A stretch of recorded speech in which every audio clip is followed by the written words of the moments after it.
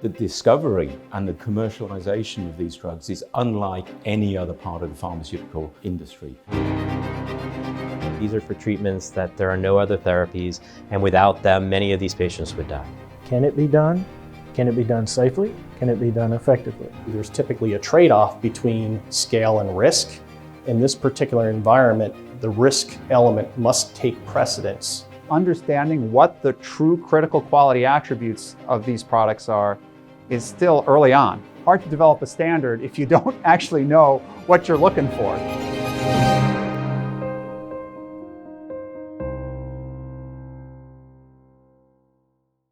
The global pharmaceutical industry is constantly innovating, looking forward to discover the next class of therapies to treat and cure patients around the world. Cell and gene therapies, which fall into the broader category of drugs known as Advanced Therapy Medicinal Products, or ATMPs, have emerged as an incredibly promising class of treatments that have shown the ability to treat and even cure many individuals with diseases for which there was little to no hope. Cell and gene therapies work by substituting the missing protein or cells causing the disease's symptoms. Cell therapy treats diseases by restoring or altering certain sets of cells, or by using cells to carry a therapy through the body. Gene therapy operates differently by replacing, inactivating, or introducing genes into cells, either inside the body or outside of the body. Some therapies are considered both cell and gene therapies. These therapies work by modifying genes in specific types of cells and inserting them into the body. Current market forecasts predict the cell and gene therapy market to grow by almost $10 billion by 2026, a compound annual growth rate of more than 20%. American Pharmaceutical Review and Pharmaceutical Outsourcing magazine spoke with industry experts to learn how cell and gene therapies are changing the healthcare landscape and what needs to be done to bring these advanced therapies to patients. As with anything new in the industry, there is a learning curve, and acceptance of new technologies takes time. Currently, there is a lot of interest in these therapies, but also some hesitation as the industry considers the costs, technology, and regulatory challenges of these therapies. If you only go back, say, 15 years, cell and gene therapy was still in the space of academic research. It was promising, but there were no actual products. And it was only really when the first CAR T therapies were manufactured in the very early days of the cell and gene therapy industry, so going back, say, 10 years, people thought, we're actually making a breakthrough here. And 10 years on, we now begin to see patients, those early patients, who are now still cancer-free, and by clinical definition, that actually constitutes a cure. So we're actually beginning to talk about curative therapies for cancer, which we would never dreamed of just 10 years ago. I liken, where we are right now in cell and gene therapies, where we were 40 years ago when we were talking about antibody therapeutics. We're just scratching the surface of what we can do with them, how to manufacture them cost effectively. And then once that happens, many, many more treatments, I think, are going to be amenable to using these novel technologies to treat them in the future. Cell and gene therapy is very new, it's very exciting, but I think that it is being widely embraced, and you can see that across a couple of different reasons. One, you can see the number of companies getting involved, and two, you can see the number of new products that have started filing INDs and things with the FDA. So you can see a lot of growth in this industry. It is still very new, but there's a lot of growth and a lot of exciting things going on in cell and gene therapy. There are the cell-based gene therapies that are being used to treat people with certain types of blood cancers. And then there are gene therapies that are addressing disorders that were previously unaddressable by providing therapies, for instance, for children with rare disorders. And they're increasingly finding their way into the treatment of adults with various hematologic cancers. The emergence of cell and gene therapy, no doubt, has taken the market by storm. Since the commercialization of the first chimeric antigen receptor T-cell therapy in 2017, there has been not a trade show or conference where cell and gene therapy didn't headline. The emergence of these new modalities has created a lot of new challenges for the market and created a lot of new challenges for the pharmaceutical landscape. Where once large pharmaceutical companies predominated the market in various modalities and therapeutics, we see the emergence of small biopharmaceutical companies leveraging very niche experience to solve unique problems. There is a significant adoption in the space to the tune of over $22 billion in direct investment in the cell and gene space last year alone, and $19 billion the year prior. Within cell and gene therapy, the vast majority of companies are extremely well funded, have very deep pipelines and extensive relationships from a partnership basis with large pharmas and biotechs. And so the adoption is a pivotal component of almost every company. This industry is an industry of attrition, where you look at a disease state, you test that disease state, you see if the proof of concept is there. And if it is, then of course you move forward, which that's what the sponsors desire to do, is to move that therapy forward into whether it's gene therapy or whether it's cell therapy, and to move from the research phase into the clinic phase as quickly as they can and as efficiently as they can. Cell and gene therapies require a completely different model for development and manufacturing compared to more traditional large and small molecule products. Many of these critical industry issues are still being perfected and streamlined as the industry is realizing the potential of these products to treat patients who might have been considered untreatable. So if you look at a typical process that's been commercial for 10, 20 years, I mean, a lot of the different failure modes. And you've also been able to use the tenure of the people that are already there to train the new people that are coming in, to build those libraries, and make sure that you have the appropriate baseline knowledge to be successful in those situations. When you get into clinical products, and especially clinical products in the cell and gene therapy world, we may have a process that is completely off the beaten path of where we normally walk to. So we're having to learn and train at the same time. There are a variety of things for cell-based gene therapies for the manufacture of chimeric antigen receptor T cells that involve quite a complex chain of events. So when autologous T cells are made that are manipulated genetically, they actually have to be taken from the patient who is ultimately to receive them. They're harvested by something called apheresis. That's one piece of it. Then they're sent to a manufacturing site for cell-based gene therapies. Then there's a selection process, so you have just the cells you want to expand. You then expand those cells, you put a gene of interest into them. Most places are using a lentiviral vector, although other approaches are also being used. After that portion is done, they have to be expanded, so you have a larger number of cells. They're then formulated. There's some type of quality assurance testing that's done as they're formulated, and then they're given back to the patient ultimately. That's a lot of different steps, and each of those manufacturing steps can have variables. The starting material is inherently variable.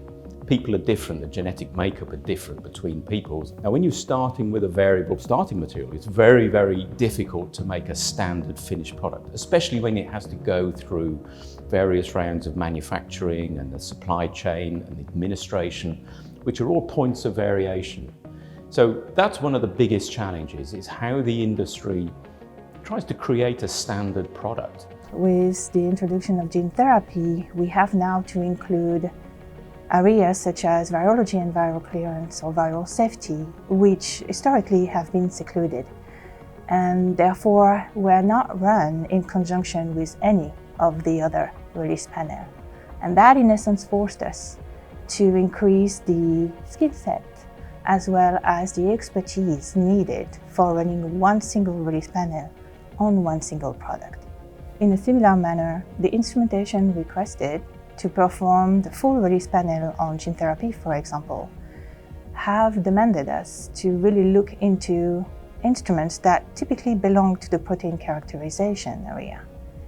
And moving those instruments from the research and development to the GMP with all the constraints of data integrity posed difficulties. The typical skill set to run this instrument but also interpret data coming out of them is not one that is typically found in QC groups. For some cell therapy products, release testing has to happen in a matter of hours, This is radically different from what we had to do to release protein.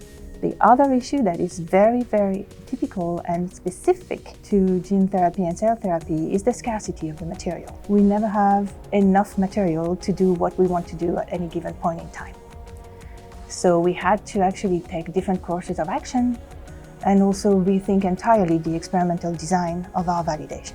Then the last main issue is the few number of lots that are going to ever be manufactured throughout the entire product lifecycle. For the innovator, that is very difficult to actually just seclude, generate, or even retain one drug substance or drug product lot to create a reference standard for that product, which trickles down to the analytical group as having difficulties to rethink the assay control strategy or the system suitability strategy.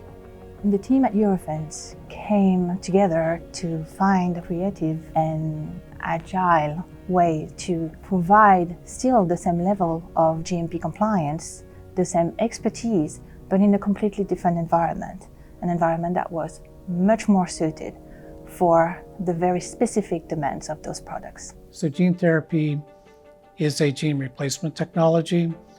Either the gene is missing or it's broken. Then of course there are editing technologies where maybe you just go in and fix one base.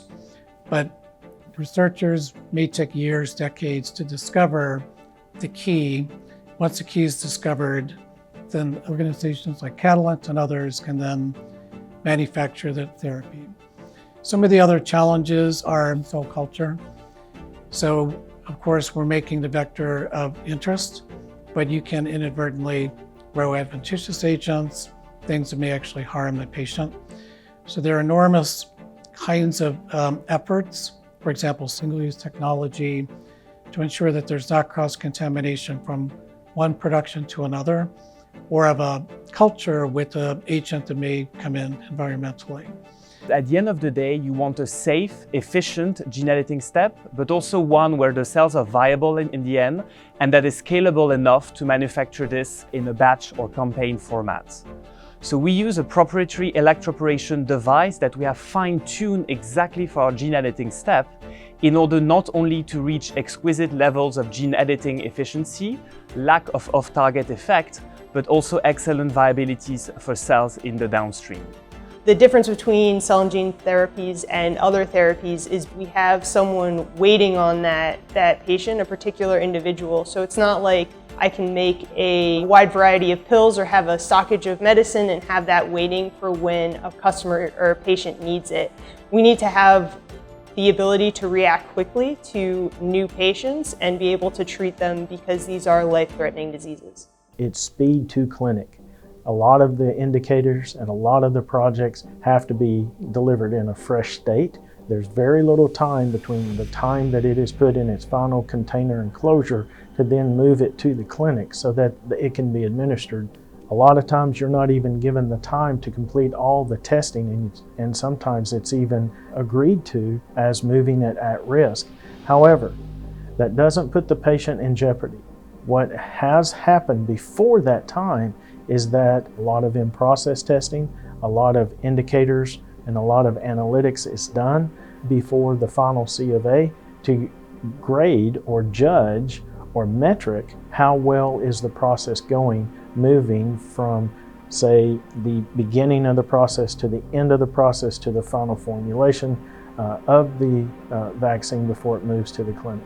Because these drugs are so unusual, they're actually manipulating the patient's own immune system, or maybe the genetic makeup in the case of gene therapies. Nobody really understands what the long-term effects are, and that's why the regulators like the FDA and the EMA are now stating these patients have to be followed up. In the case of gene therapies, up to 15 years post-treatment. The problem is, how do you follow up patients after 15 years? People will move, they'll get married, they'll change their names. If they recover, they might not want to go back to hospital for follow-up visits. So that's another challenging aspect of how we follow up these patients. And those are just some of the challenges. So it gives an indication of some of the issues that the industry is facing at the moment. Cell and gene therapies require very specific technologies in order to develop, manufacture, and ship these products to patients. In many cases, time is of the essence, as these treatments are sometimes the last hope for patients with life-threatening diseases. Just as the contract development and manufacturing space has increased to meet the needs of the cell and gene therapy industry, so have we at Eurofins. We've expanded our contract testing labs. We've built hundreds of thousands of new square feet of laboratory to support this industry. We've created duplicate and replicate efforts in different parts of the world, building test capabilities in Europe just as we have in North America, building redundancy in North America. Our goal is to move just as nimbly and quickly as the industry. We've considered things like pass-throughs and individual BSCs for each of the tests that we're performing. In addition, as we were looking at our space, we really considered how will samples move through our space and how will people move through our space. All of these things are helping us to deliver high quality testing results in an efficient way. Development and manufacturing can be made simple if you have single-use, mass-produced, readily available consumables. It becomes a little bit more complex when you add in elements such as viral vectors, plasmids, small target population cells, and costly reagents that come in quantitatively small sizes. When that happens and those elements are essential to a novel therapeutic, you get a drive up in cost. Additionally, it's more supported for your process to be more closed and not have so much potential to have human error. So you have automation technology that comes into play in order to streamline the process and to ensure good production. And then with those automated technologies comes programs and protocols that come with the additional fees such as software and licensing. So cost, the availability of very expensive, very rare essentials to a process, all of those things are variables that can cause it to be a little bit more difficult. There's not one magic piece of technology that's going to streamline and enable the process. But at Cryoport, we are looking at whether it's the logistics, using shipping devices and technology that is innovative and helps protect the product, or whether it's our bioservices capabilities, enabling technology for the GMP controlled storage of material, packaging and labeling technology at cryogenic temperatures, or the management of clinical trials throughout the world. The scalability aspect and automation related considerations for scale in the manufacturing environment, in the processing environment, in the collection environment, even in the transportation environment, all must be considered and must be considered without compromising the integrity of the product or introducing risk into the system. Obviously, there's typically a trade-off between scale and risk. In this particular environment, the risk element must take precedence and be addressed in conjunction with the scalability of the different processes that are associated with the manufacture and distribution of these products. Some different ways that we can look at scalability is what we're doing here at Lonza with the Cocoon platform, that we can have trees of cocoons and multiple processes going in a closed system at the same time, which allows us to treat and produce products for more patients simultaneously. Additionally, there's more and more development work going from autologous cell therapy towards allogeneic therapies, which will allow us to have more patients treated for one process run. So the beauty of allogeneic CAR-T products is they can be manufactured at scale, and a scale much larger than autologous product, and stored ahead of time. Our products are cryogenically stored, and we have run stability studies showing that they can be stable for periods of years. There is no constraint on shipment and timing because everything can be organized in a batch fashion and sent to clinical centers before a patient is even identified for treatment. So we believe that allogeneic is going to solve a number of the shipment issues and turnaround times that have been seen with autologous product, and that they can replicate what has been seen in other drug products such as antibodies or small molecules. Partnering with your vendor is critical. You need to work through the engineering aspects to ensure that you can be as closed as possible. You'll hear a term in the industry of being 100% functionally closed versus being 100% closed.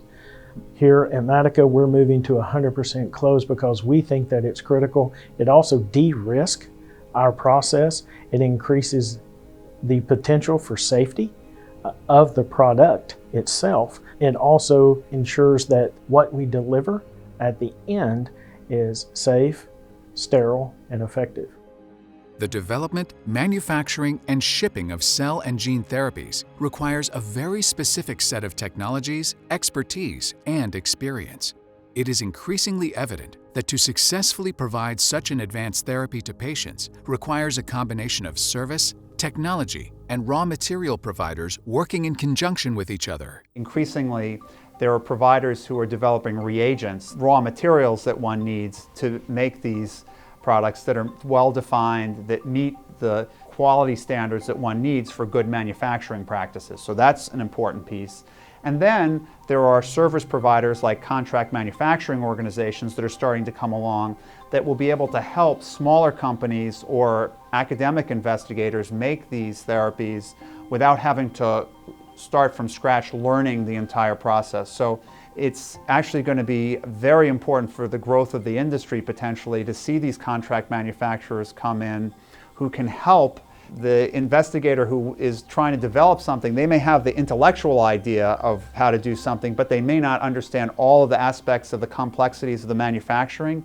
And having these contract manufacturers may help speed these things along, as opposed to having the academic investigator have to learn by trial and error or relearn what others have learned about the manufacturing process. There's a lot of different industries that are involved in the manufacturing of these types of products, and no one entity can be the sole provider for all of these. So as a result, we have to work in partnership with vendors who supply the key critical raw materials as well as the equipment needed to manufacture it, testing laboratories that have unique proprietary testing methods used to identify and to characterize the molecules. And then there's CDMOs like ourselves who manufacture it. And then you have the clinicians that actually have to implement it, as well as the principal investigators who develop the product to begin with. So it's a lot of different parts that come together in order to make one of these therapies. The main challenge for CDMOs today has been to meet the timelines and the requirement of these companies, especially in an environment where supply chains have been severely hit, in particular by the COVID-19 crisis. And so this is today extremely difficult, and there's a lot of competitions from drug developers to access these manufacturing slots in order to progress their products fast into the clinic. With the unique landscape of cell and gene therapy comes a new need to invest in technology that meets the needs of these modalities. Traditional analytical technology is not always the best solution. For instance, traditional sterility does not meet the incredible vein-to-vein turnaround time for autologous cell therapy. The control strategy that meets the needs of these modalities is more important than ever, and it requires unique thinking and innovating in order to satisfy client and healthcare needs. That isn't to say that traditional analytical work isn't here to stay. We talk a lot in our area about design of experiment and quality by design. These ideas are more important than ever. We need to be able to manage the timeline for testing. We need robust methods that can adapt to changing landscapes of materials, where you have inputs from different patient autologous treatments that can vary, matrices that don't always match. Having methods that meet the requirements of ICH, but also meet the requirements of our clients and their patients is critical. Some of the things that we've been looking at to address this particular aspect is really driving next generation technology to provide more visibility during transportation, to more control over addressing risk while product is in distribution. For example, eliminating the risk of carrier mishandling on a product, providing better data chains that have artificial intelligence to look at risk associated with drug product distribution, looking at automation to address the scalability issue, as well as building out infrastructure.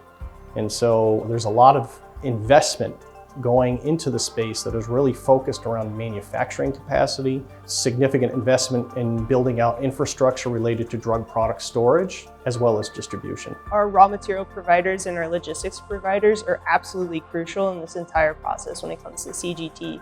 So when we get a leukopakins blood product from a patient, it's incredibly important that we're ready to process right when we receive it. And that means that we have all of the raw materials ready and that we have everything we need ready to go when that happens. And so a lot of times that means a lot of coordination and working with our raw material providers so that if something happens or if we need a rush supply, that they're willing to get that to us as quickly as possible so that we can keep the product going for our patients. We are investing in a training facility. We are investing in bringing in other platforms to help us do that quicker so that we're not having to build everything ourselves. We're relying on things that other groups have built and we're building off of that. We're also moving to hands-on training a lot more. Getting the opportunity to practice with a piece of equipment in a live setting that's not in a GMP setting so that you can fail, you can learn from that failure and you can move forward and it's not going to ultimately affect the patient. First and foremost, the CDMO and your vendors need to partner.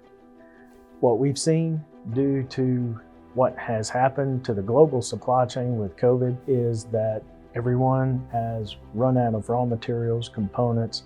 It's so critical for every process that we do to establish those relationships, those partnerships, becoming a key account with the suppliers of those raw materials, and then to project out forecast, to look at ways we can hold those raw materials without them expiring. If you don't have those types of relationships, then you may be dealing with a lead time that causes us as the CDMO not to be able to start on time. Now all parties suffer due to the fact of that long lead time item.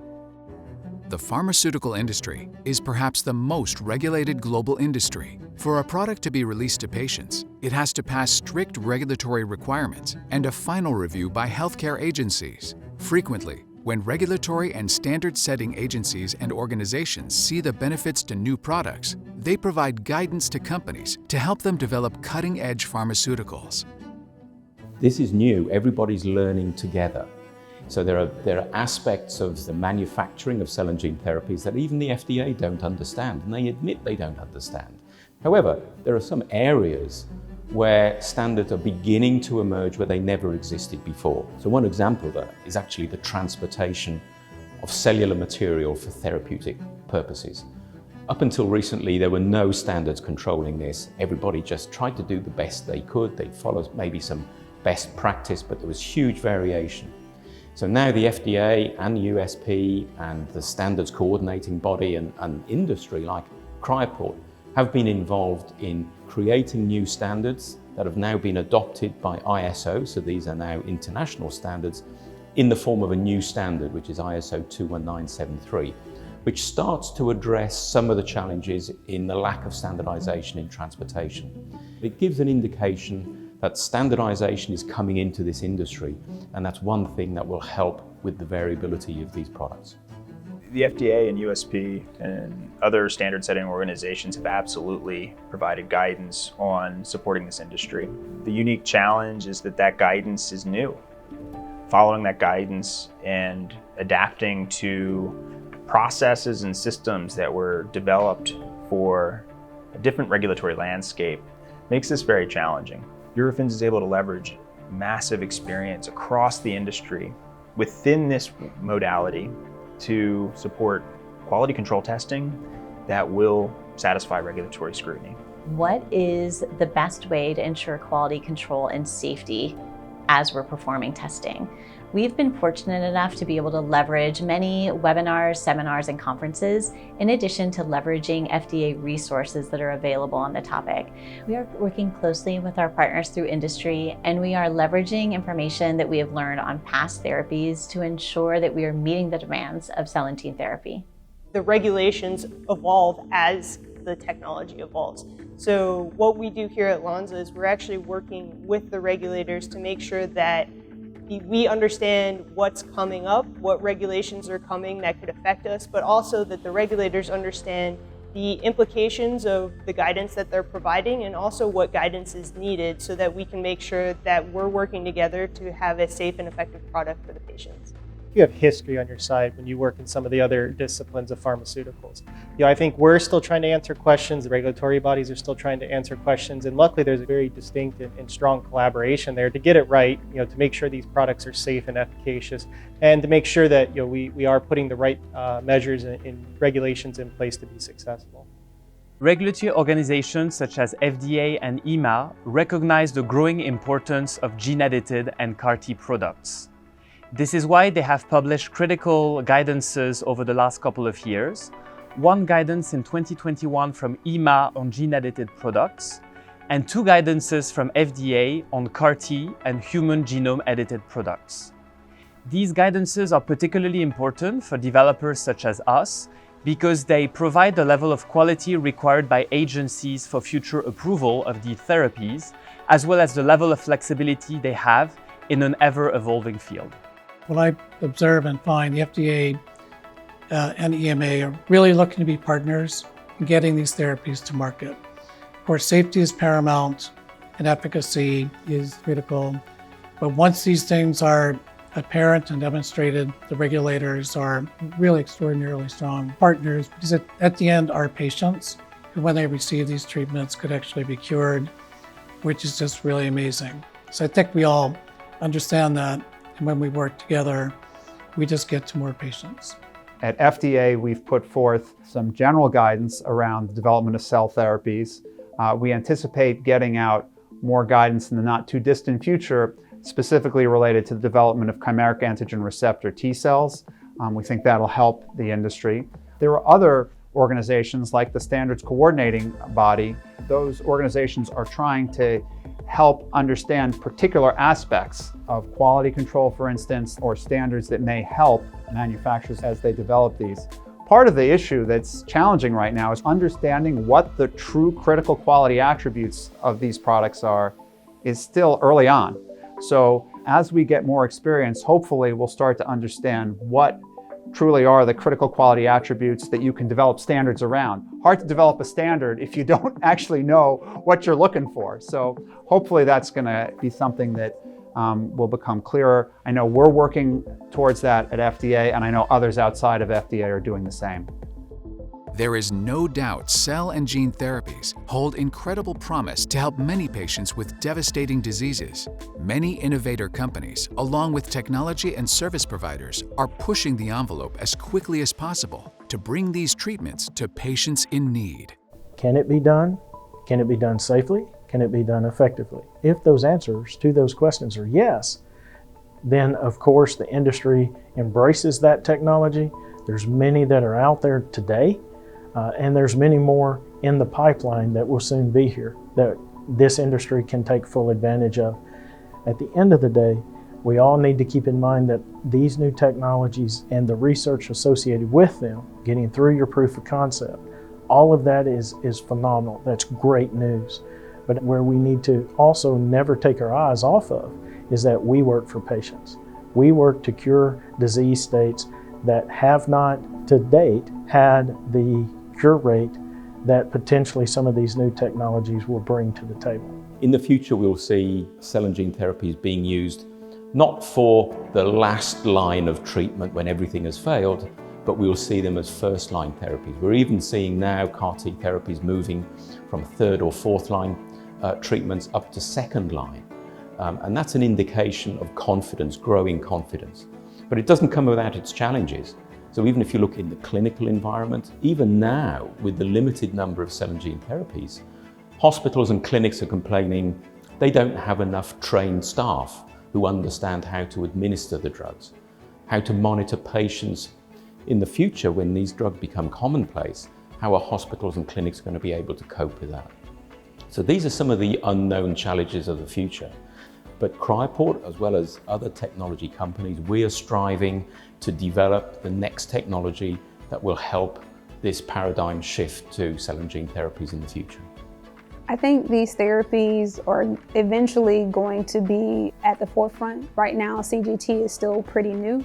I see a bright future. What we are working on is making the therapies more affordable, more readily available. So going from autologous, which means from patient back to patient, into more of an allo process where it is off the shelf ready and available as a therapy. And so that is the new wave in CGT, is trying to get more allo products, but auto is still very useful, very productive, and doing very well.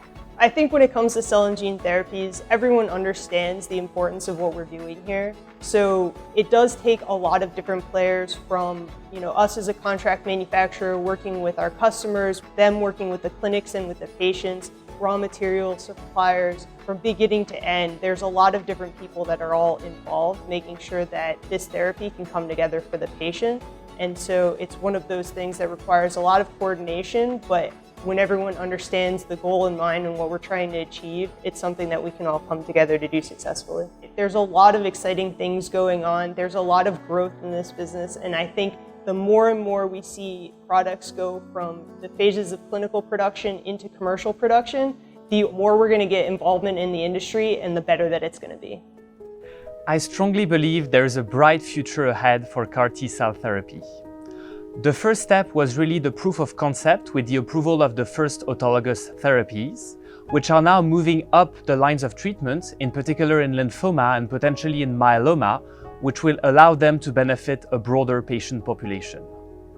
The second major step is going to be the development of allogeneic CAR T-cell therapy, with the first approval of an allogeneic CAR T product in the coming years, which we hope will come from our portfolio. Finally, the next frontier is going to be for solid tumors, which together represent more than 90% of human cancers, but this will only be possible through more complex gene editing and cellular engineering of the CAR T product. But all in all, I strongly believe that the allogeneic approach has the potential to bring cells to become true industrial pharmaceutical drugs, paving the way for a revolution very close to the one that was seen with antibodies in the 80s and 90s.